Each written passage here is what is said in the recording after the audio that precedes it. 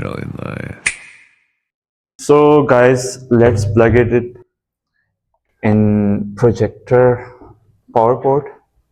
So as you can see, tap this and your projector is on. A little bit wait for a while. So guys, as you see, it's a beautiful screen over here, and you can easily and smoothly slide this.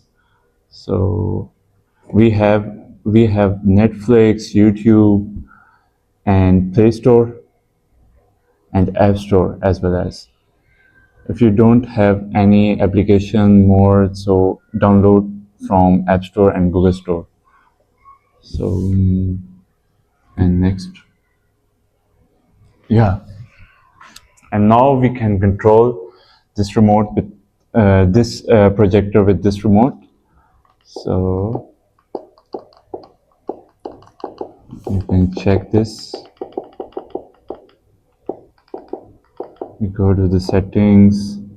We have Wi-Fi, Bluetooth, projection, system, date. Even you can change language, application, other settings, and about. Go to about 8 and Pro. Yeah.